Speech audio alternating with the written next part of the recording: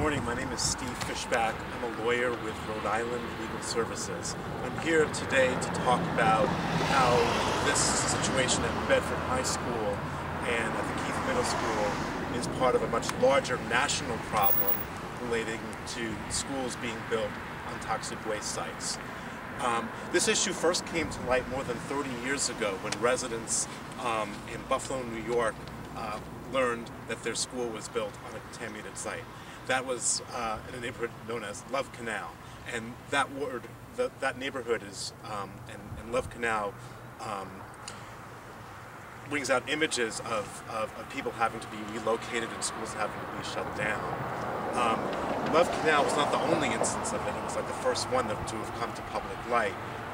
In New Orleans, an elementary school was built on top of a dump created from the debris of Hurricane Betsy. That school now is closed.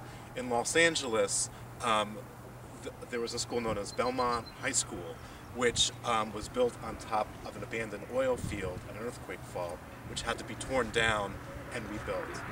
And in Providence, Rhode Island, where I'm from, there are schools that were built on top of the city's former garbage dump, as well as the site of what was the world's largest silver manufacturer at the turn of the last century. So in response to growing activism around schools such as New Bedford High School, Congress passed a law in 2007 directing the U.S. Environmental Protection Agency to develop voluntary school siting guidelines. And today, an advisory committee to EPA, the Children's Health Protection Advisory Committee, is sending a report containing recommendations that were made by a broad range of stakeholders in this issue as to what those guidelines should look like. If that report ultimately is what the guidelines take form of, schools such as Keith Middle School and this high school, New Bedford High School, would not be built. And that will be good for children, because children will not be put in harm's way and face exposure risks like they do here at New Bedford High School, where toxic chlorinated solvents were just discovered a few weeks ago.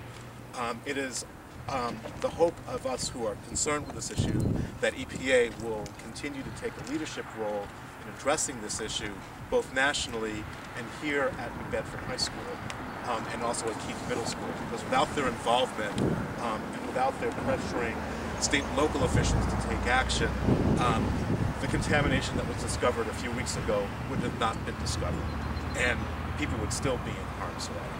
So to wrap up, it's hopeful that this situation helps publicize the problem of schools located on toxic sites, and that that EPA take action, and also that local officials here take action to fully characterize the level of contamination, to fully understand what the exposure risks are, and then to do what is necessary to prevent people, and particularly children, from becoming ill as a result of toxic exposures.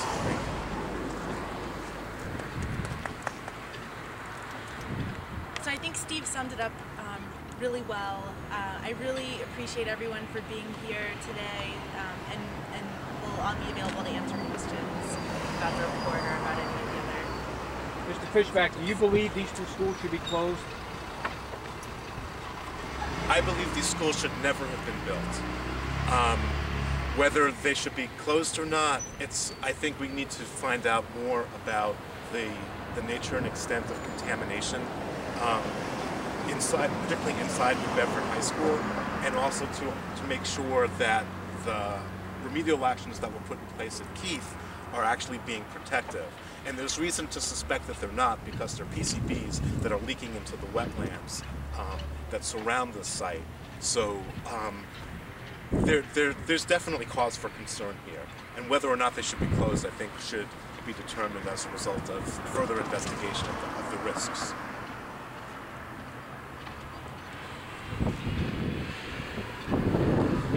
Ms. Brody, what do you feel about the future of these two schools?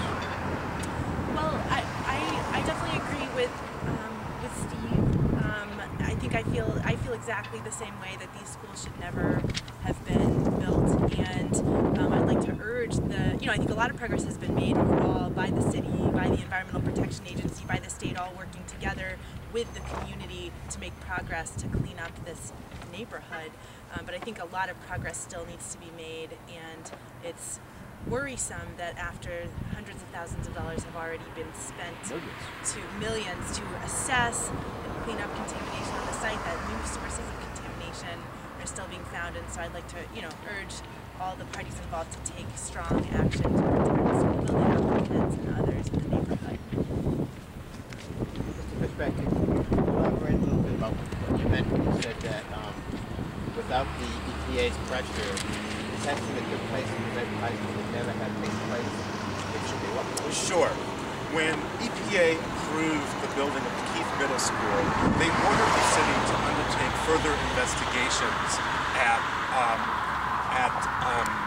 the New Bedford High School and also behind you at some private residences.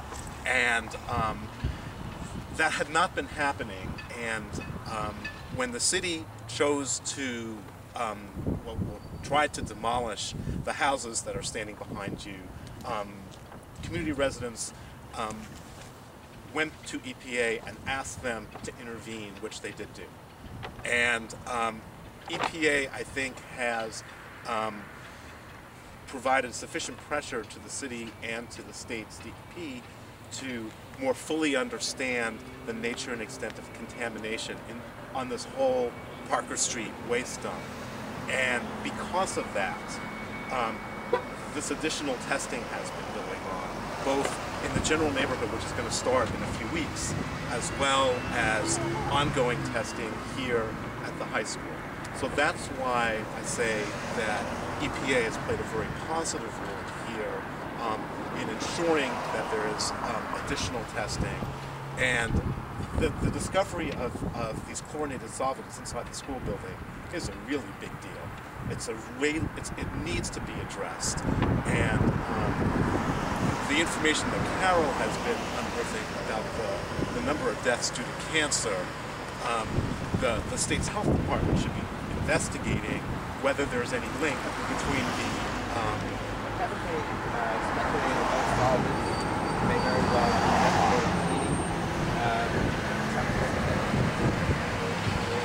well, there's reason to suspect that that's not the source, because they've also been found in the groundwater underneath the school, in these seeps. So that's why when the earlier question about whether the school should be closed was asked, I said that we still need to know more about the full nature and extent of contamination. But the information that we have now gives us very good reason to believe that the source of those toxic vapors is the ground underneath the school. The discovery of the same chlorinated solvents in the groundwater. The way let me just backtrack and say, if the source of contamination is the ground underneath, the way that it would work its way into the building is that these solvents evaporate. So and when they evaporate, they try to find the path of least resistance, which could be through drains, it could be through cracks in the foundation. I mean, if you think of a balloon, and if you puncture a small hole in the balloon, all of the air will rush out of that very tiny hole, and it's because of a pressure differential, and that's what also would be happening here, because the pressure differential exists between what's on the ground and in the school building, and it just draws the vapors into the building. That's why it's important to understand the full nature of groundwater contamination at this site, to understand, and also the source of where these chlorinated solvents are coming from. Are they being transported by the groundwater? Are they in the ground just underneath evaporating? That's the type of information that I think is needed to be found out before a decision about whether to close the school is made. You folks also feel that the sampling and analysis plan, the testing is going to take place in the periphery of the site. Would it have taken place without the EPA's pressure, or do you think that's also EPA pressure? Eddie, you could talk to that.